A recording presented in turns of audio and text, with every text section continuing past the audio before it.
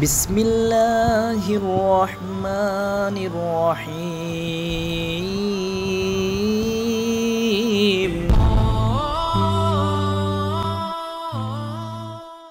আসসালামু আলাইকুম। সমস্ত প্রশংসা আল্লাহ তাআলার জন্য। সিরাজ টেক ফেসবুক পেজ এবং ইউটিউব চ্যানেলের পক্ষ থেকে আপনাদের সবাইকে স্বাগতম। তো বন্ধুরা, আজকে আমরা পাইল নিয়ে আলোচনা করব। এর আগেও আমি পাইল নিয়ে আলোচনা করছিলাম, 1 থেকে 8 পর্ব দিয়েছিলাম, যেগুলোতে কাস্ট ইন সিটু পাইল নিয়ে আলোচনা করছি। একদম এ টু জেড কীভাবে মেশিনের জিনিসপত্র আপনার মেপেজও ঠিক করে নিতে হবে, এরপরে পাইলগুলো কিভাবে করতে হবে, একদম এ টু জেড বর্ণনা করছিলাম। ইনশাল্লাহ অনেকেই আমাকে কমেন্টসে, ফেসবুক পেজে ফোন করে ধন্যবাদ জানিয়েছিল অনেক ইঞ্জিনিয়ার, যে এখান থেকে ওনারা অনেক উপকৃত হয়েছে। এরপরে আমি চিন্তা করলাম যে এখন আমাদের সেন্ট পাইল যেটা রয়েছে, এটার কোনো অ্যাভেলেবল ভিডিও নেই। আমাদের নতুন যে ইঞ্জিনিয়ার যা রয়েছে, তারা কোথাও যদি সেন্ট পাইলের জন্য জব করতে যায়, তখন সে সেন্ট পাইল সম্পর্কে কিছুই বলতে পারে না। কারণ কি, সেন্ট পাইল সম্পর্কে গুগল এবং ইউটিউবে পর্যাপ্ত পরিমাণ বাংলাতে প্র্যাকটিক্যালি কোনো ভিডিও নেই। তো যার কারণে আমি আজকে সেন্ট পাইলের প্র্যাকটিক্যালি একটা বাংলাতে ভিডিও বানাবো ইনশাল্লাহ। তো চলেন তাহলে আমরা মূল ভিডিওতে চলে যাই। তো বন্ধুরা, ফার্স্টে লক্ষ্য করেন, ফার্স্টে দেখতে পাচ্ছেন আপনি যে এটা হচ্ছে একটা মিশিং সেন্ট পাইলের। তো সেন্ট পাইলের মিশিংটা হচ্ছে ডাবল মিশিং বলে। সিঙ্গেল মেশিনও পাওয়া যায়, ডাবল মেশিনও পাওয়া যায়। ডাবল মেশিনের এইরকম দুইটা থাকে, ওয়্যারের ব্যবস্থা থাকে, আর সিঙ্গেলে একটার থাকে। এই হলো পার্থক্য। তবে ডবল মেশিনে করাটাই বেশি ভালো, কারণ কি সিঙ্গেল মেশিনে করলে অনেক প্রবলেম। এরপরে হচ্ছে হেমার। এটা দ্বারা হচ্ছে হেমারিং করে করে বালিটা ভিতরে প্রবেশ করানো হয়। এই হেমারটি মোটামুটি আপনার 900 থেকে 1 টন বা আপনার হচ্ছে 1 টনের একটু বেশি থাকে। এরপর আপনি যেটি দেখতে পাচ্ছেন, এটি হচ্ছে আমাদের কেসিং পাইপ। যে কেসিং পাইপ হচ্ছে মোটামুটি আপনার 25 ফিট পর্যন্ত লেন্থ হয়ে থাকে এগুলোর। এর বেশিও পাওয়া যায় যদি করা হয়, তবে 25 ফিটের যদি বেশি হয়ে থাকে, সেটাকে তাদের প্রবেশ করানো অনেকটাই কঠিন হয়ে যায়। তো সচরাচর যেগুলো 25 ফিটের পাইল হয়ে থাকে, এগুলোতে দেখা যায় তারা 2-1 ফিট কম নিয়ে আসে। এই জন্য অবশ্যই আপনি ভালো মতো চেক করে নেবেন যেন কোনো ক্রমে কেসিং পাইপটি 25 ফিটের কম না হয়। অবশ্যই তারা এখানে একটা চুরি করার চেষ্টা করে, যে আপনার 22 ফিট 23 ফিট এরকম নিয়ে আসে। তো আপনি আগে মেশিন নিয়ে আসার পর টাকা দেওয়ার পূর্বেই কেসিং পাইপটি মাপবেন। এখানে 2টি সতর্কতার বিষয় রয়েছে মেশিনের মধ্যে। একটা হচ্ছে কেসিং পাইপটা মাপে নেবেন, আর দ্বিতীয়টা হেমারটা ওয়েটটা জেনে নেবেন এটা কত টন রয়েছে। আপনার ডিজাইনার যদি 1 টন করে দেয়, অবশ্যই সেটা 1 টন আছে নাকি সেটা জানার পরে আপনি কাজ স্টার্ট করে দিবেন। এইটুকুই সতর্কতা বিষয়। বাট কাস্ট ইন সিটু পাইলে যেগুলো আমরা করছিলাম, এখানে অনেক রকমের সতর্কতা বিষয় রয়েছে। যদি আপনারা দেখতে চান, অবশ্যই আমার 1 থেকে 8 নম্বর পর্ব পর্যন্ত আপনারা দেখতে পারেন। এখন আপনারা যেটি দেখতে পাবেন, এখন কাজ আমি সরাসরি দেখাচ্ছি আপনাদের। লক্ষ্য করেন যে এই যে কেসিং পাইপ যেটা আমি বললাম যেটা 25 ফিটের হয়ে থাকে, এই কেসিং পাইপকে কিন্তু আস্তে আস্তে মাটির ভিতরে প্রবেশ করানো হয় হেমারিংয়ের মাধ্যমে। এটাকে ফার্স্টে অল্প একটু প্রবেশ করানোর পর থেকে হেমারিংয়ের এইভাবে যখন হেমারের আঘাত করা হয়, তখন এটা 6 ইঞ্চি 4 ইঞ্চি 1 ফিট এরকমভাবে কিন্তু চলে যায়। দেখেন, এটা হচ্ছে কেসিং পাইপ। আমি আবার ভালোকে দেখাই, এটার লেন্থ রয়েছে 25 ফিট। তো এই 25 ফিট লেন্থকেই কিন্তু আপনার এখানে হেমারিংয়ের মাধ্যমে আস্তে আস্তে ভিতরে প্রবেশ করানো হচ্ছে। দেখা যাচ্ছে অনেক সময় যদি প্রবেশ না করে, তো সেই ক্ষেত্রে মাটি শক্ত হয়ে থাকলে এর ভিতর কিছু পানি দেওয়া হয় বালতি করে। পানি দিয়ে হলেও নরম করে আস্তে আস্তে এই কেসিং পাইপ পুরোটাকেই কিন্তু ফার্স্টে আমাদের মাটিতে প্রবেশ করাতে হয়। এটাই আমাদের প্রথম কাজ। তো এটা লাস্টের দিকে খুব একটু একটু করে যায়, খুব বেশি যায় না। ধরে নেন আপনার 2 ইঞ্চি 1 ইঞ্চি। কারণ একটা 25 ফিটের পাইপ যদি আপনিও কল্পনা করেন, একটা 25 ফিটের পাইপকে একদম নিচ পর্যন্ত প্রবেশ করানোর পরে 23 ফিট বা 22 ফিটে কিন্তু মাটিটা অনেকটাই শক্ত থাকবে। তো এই মাটিটাকে আস্তে আস্তে, যেহেতু শক্ত, এবার এই জন্য আস্তে আস্তে এটা ডাইভ করে লাস্টের দিকে। আর বালিটা যেটি দেখতে পাচ্ছেন, এগুলো হচ্ছে 2.5 FM এর বালি, মোটা বালি এটা। তো এই বালির সাথে এখানে ওনারা, যেহেতু এটা আমরা এই কাজটা করতেছি, তো ক্লায়েন্ট ডিজাইনার যে ছিলেন উনি এটার সাথে পরামর্শ দিয়েছিল সিমেন্ট মিশানো। তো এটা মিশিয়ে নিচ্ছে, এটা অনেক জায়গায় মিশায় অনেক জায়গায় মিশায় না, তবে এটা মিশানোই ভালো আমার মতে। তো এটা খুবই কম, আপনার 1:20 এটা মিশাচ্ছে, মিশে কিন্তু আপনার এটা হচ্ছে মিক্সার মেশিনে মিশানোর পরে এটা আমরা যে জায়গায় পাইলটি করতেছি সেম পাইল তার সাইডে এগুলো বালিগুলো রাখা হয়েছে। আপনি দেখতেই পাইলেন কিছুক্ষণ আগে পানি দেওয়া হয়েছিল, পানি দিয়ে নিচে নরম করে নেওয়া হয়েছিল, কারণ সে হ্যামারিং করার পরও কেসিং পাইপটি ডাবতেছিল না, যার কারণে এটা করা হয়েছে। তো এইভাবে করে আস্তে আস্তে আমাদের কেসিং পাইপটাকে ডাবাতেই হবে যে করেই হোক, কারণ আমাদের কেসিং পাইপ যদি আমরা না ডাবাতে পারি তাহলে তো আমাদের ভিতরে আর হচ্ছে আপনার ফ্রি হবে না মাটি, আর ফ্রি মাটি না হলে তো আমরা বালি দিয়ে সেই ইয়ে করতে পারবো না, সেন্ট পাইলটি করতে পারবো না। তো সেন্ট পাইল মূলত যেগুলো জায়গায় দেখা যাচ্ছে যে আপনার একটা 4তলা 5তলা বিল্ডিং করছে কিন্তু মাটিটি খুবই কাদাযুক্ত রয়েছে, তো এই সব জায়গায় দেখা যাচ্ছে যে সেন্ট পাইল করে অনেকে করে থাকে। তবে যাদের মনে করেন যে খুবই মাটি নরম রয়েছে, এরপরে মনে করেন যে হচ্ছে সেন্ট পাইলে কাজ হবে না, তখন কাস্টেন সিটো বা পি কাস্টে যাইতে হবে। তো এখন আমাদের কিন্তু বালি দেওয়া শুরু হয়ে গিয়েছে, কারণ আমাদের পর্যাপ্ত পরিমাণ কেসিং পাইপ ডাইভ করা হয়ে গিয়েছে।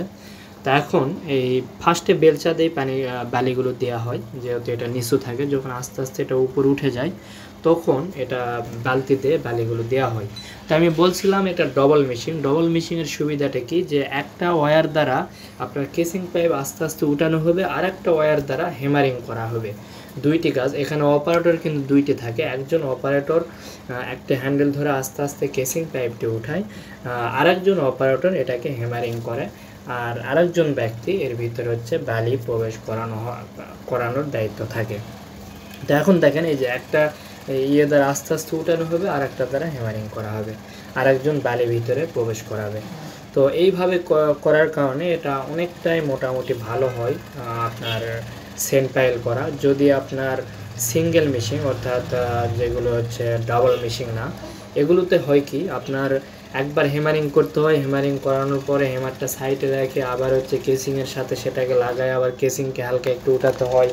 তো এটাতে দেখা যায় যে অপারেটররা খুব দ্রুত কেসিংটা উঠায়, যার কারণে সিঙ্গেল মেশিনটা ভালো না, তাদের ধৈর্য অনেকটাই কমে যায়। তো এই কারণে ডবল মেশিনে যদি আপনারা করতে পারেন সেন্ট পাইলটা, এটা অনেক ভালো। তো এইভাবে এখন হচ্ছে দেখেন একটা মই দ্বারা এখানে কিন্তু বেঁধে নেওয়া হচ্ছে আগালের দিকে।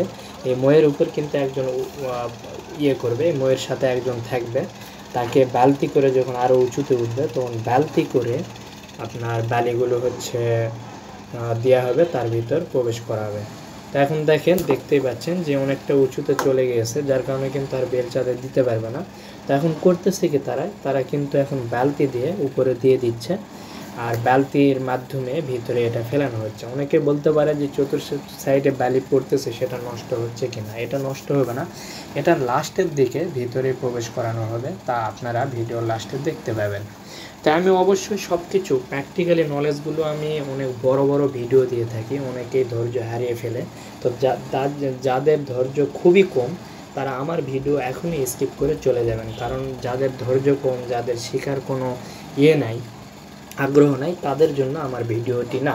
আমার ভিডিওটি হচ্ছে নতুন যারা ইঞ্জিনিয়ার রয়েছে, যারা এই কাজগুলো বোঝে না, তাদের জন্য এই ভিডিওগুলো, যেন এই কাজটি দেখে সে ভাইভাকে বলতে পারে আমি এই কাজ করছি এর আগে, বা আমি এই কাজ সম্বন্ধে জানি, এবং সে যেন A to Z এই পদ্ধতিটা বলতে পারে। যার কারণে কিন্তু আমি এই ভিডিওগুলো বানাই। যেমন কাস্টিং সিটও বানাইছি, যেমন সেন্ট পাইল বানাচ্ছি, ইনশাআল্লাহ এক সময় আমি প্রি কাস্টেরও পাইলগুলো বানিয়ে দেবো। তো এটা একটু মোটামুটি সম্পূর্ণ কাজ হইতে আধা ঘন্টার মতো টাইম লেগে থাকে। তো দেখা যাচ্ছে যে আপনার একজন মিস্ত্রির আপনার মেশিন দিয়ে একটা গ্রুপ আপনার 15টার মতো দিনে করতে পারে, 15 থেকে 20টার বেশি না। দেখেন এখন কিন্তু এটা কেসিং পাইপটা উঠানো হবে, এই কেসিং পাইপটা উঠানো হচ্ছে, আর যখন 7 ফিট থেকে 10 ফিট পর্যন্ত থাকে, নিচে আরও আমার বালি দিতে হবে 7 ফিট থেকে 10 ফিট। তো অবশ্যই একটু চেষ্টা করবেন 7 ফিটে যেন তারাই উঠায়, 10 ফিটে না উঠানোই ভালো। এই আমাদের হ্যামারটা যেটা রয়েছে এটার লেন্থ হচ্ছে 10 ফিট রয়েছে, এটা 10 থেকে 12 ফিট পর্যন্ত হয়ে থাকে। তো আমাদের এটা 10 ফিট রয়েছে। তো দেখেন এই যে ফেলানোর পরে 10 ফিট পর্যন্ত ভিতরে প্রবেশ করছে, তার মানে ওরা 10 ফিট থাকতেই কিন্তু কেসিং পাইপটি উঠাইছে। তো এর বেশি অবশ্যই যাইতে দিবেন না। 10 ফিটের কম 7 ফিট হলে একটু ভালো বেশি, কিন্তু 7 ফিটে আসলে মিস্ত্রিদের অনেক কষ্ট হয়ে যায়। আর এটার 7 ফিটে বা 5 ফিটেও যদি নিতে চান দিতে পারবে তারা, কিন্তু 5 ফিটে এটা হেমারটার যে ওয়েটটা এটা কমে যায় আস্তে আস্তে। কারণ একটা হেমারকে আমরা যে সূত্রগুলো জানি যে ওয়েটের একটা ব্যাপার স্যাপার রয়েছে, যে দূরত্ব গুণ হচ্ছে আমরা যদি ওয়েটটা দিই তাহলে কিন্তু ওয়েটটা বাড়বে।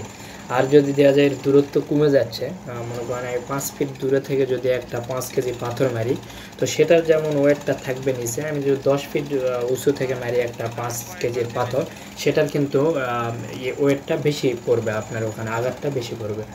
তো এখানে এইটুকু না, এখন আমি যেটা বলতে চাইছিলাম, ওনারা 10 ফিটে উঠাইছে। এখন কি করতেছে দেখেন, চতুর্দিক থেকে বালিটা কিন্তু এখন ভিতরে প্রবেশ করাচ্ছে, আর এই হেমারটা দ্বারা আঘাত করা হচ্ছে।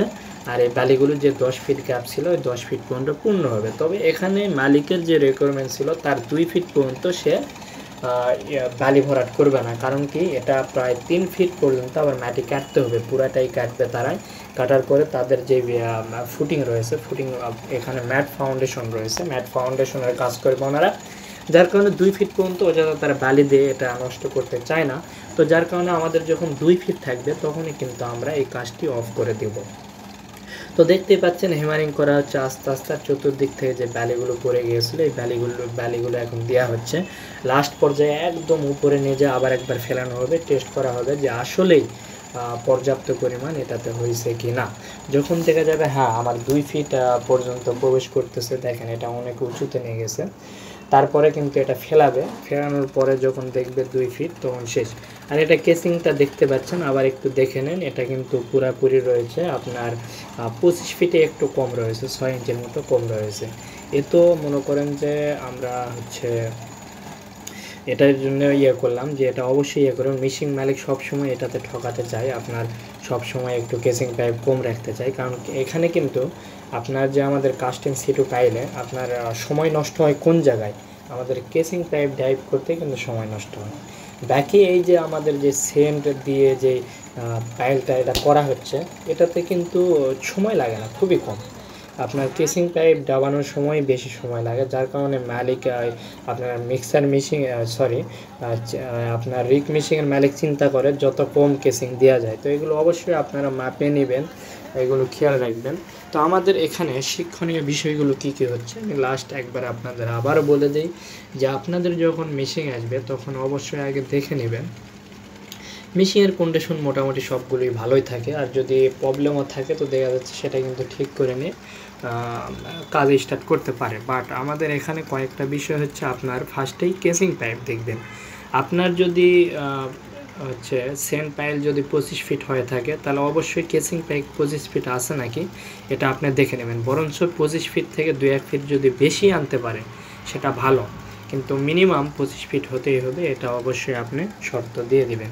দ্বিতীয়ত আমাদের যেটা দেখতে হবে সেটা হচ্ছে হেমার। আপনার ডিজাইনার যদি আপনাকে বলে আপনাকে 1 টন হেমার দ্বারা কম্প্যাক্ট করতে হবে, তাহলে অবশ্যই আপনি 1 টনের হেমার নিয়ে আসবেন, এবং 1 টনের হেমার নিয়ে আসতে বলবেন কন্ট্রাক্টর বা মেশিনের মালিককে।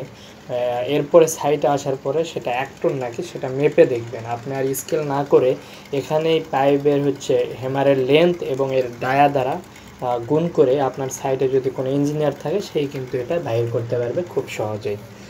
এরপরে এটা ওয়েট মাপা হয়ে গেলে দেন তারপরে আপনার মেশিনের এই সবই সেন্ট পাইল আমি আগেই বলছিলাম, এই দুইটাই ইম্পর্ট্যান্ট, আর কিছু না। আর একটা জিনিস হচ্ছে আপনি সিঙ্গেল মেশিন নেবেন না, অবশ্যই ডাবল মেশিনে কাজ করবেন। কারণ সিঙ্গেল মেশিনে কাজ করলে সেন্ট পাইল তেমন একটা ভালো হয় না, আর এটার অনেক প্রবলেম রয়েছে যেগুলো হয়তো বা আপনি যদি সিঙ্গেল মেশিন আর ডবল মেশিন দুটাই ইউজ করেন তাহলে এটা বুঝতে পারবেন। দেন তারপরে হচ্ছে রয়েছে কাজের সময় কী কী সতর্কতা অবলম্বন করবেন।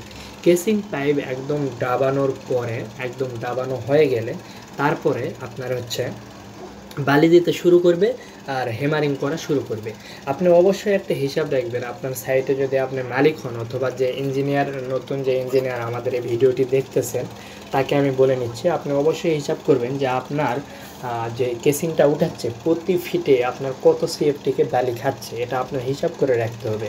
আর অবশ্যই হিসাব করবেন নিচে যে কাদা, এখানে অটোমেটিক এমনিতেই কিন্তু বেশি ব্যালি খাবে আপনার, যার কারণে নিচে আগে অতিরিক্ত বালি দিয়ে হেমারিং করে তারপরে আস্তে আস্তে উঠাতে হবে। অর্থাৎ আমি যেটা বলতে চাচ্ছি, যেমন কাস্টিং সিটু পাইলে আমি বারবার বলছিলাম যে আপনার টিমি পাইপ যখন আমরা ঢালাই করব, টিমি পাইপ কোনো সময় ঢালাইয়ের উপর উঠা যাবে না, ঢালাইয়ের ভিতর থাকতে হবে। সেটা কীভাবে পাবেন, ধরেন আপনার হচ্ছে ডায়া হচ্ছে 20 বা হচ্ছে 18 ডায়া পাইল করতেছেন, তো আপনাকে হিসাব করতে হবে যে এক ব্যাগ সিমেন্টে আপনার কত ফিট উঠতেছে। সে ধরেন আপনার 2 ফিট উঠতেছে, তাহলে আপনার হিসাব করতে হবে অবশ্যই একটা টিমি পাইপ যদি আপনার 16 ফিট থাকে, তাহলে অবশ্যই বুঝবেন যে আপনার 8 থেকে 9টা ব্যাগ যাইতে হবে ঢালাই, তারপরে কিন্তু সে 16 ফিটের একটা পাইপ খুলতে পারবে, এর আগে খুলতে পারবে না। অর্থাৎ প্রতি ব্যাগে সে কিন্তু 2 ফিটের বেশি উঠাতে পারবে না, এটা আপনার। তেমনি এখানেও আপনার হিসাবকে নিতে হবে যে প্রতি ফিটে আমার কত সেফটি ব্যালি খাচ্ছে, সে অনুযায়ী তাকে আস্তে আস্তে আস্তে আস্তে টিমি পাইপটি উঠাতে, কেসিং পাইপটা এখানে উঠাতে হবে।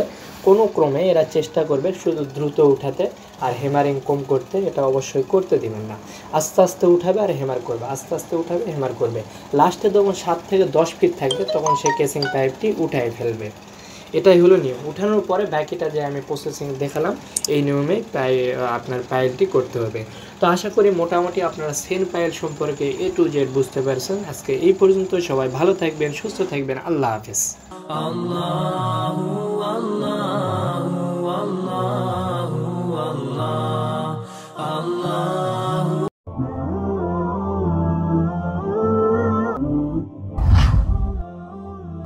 جزاك الله خيرا.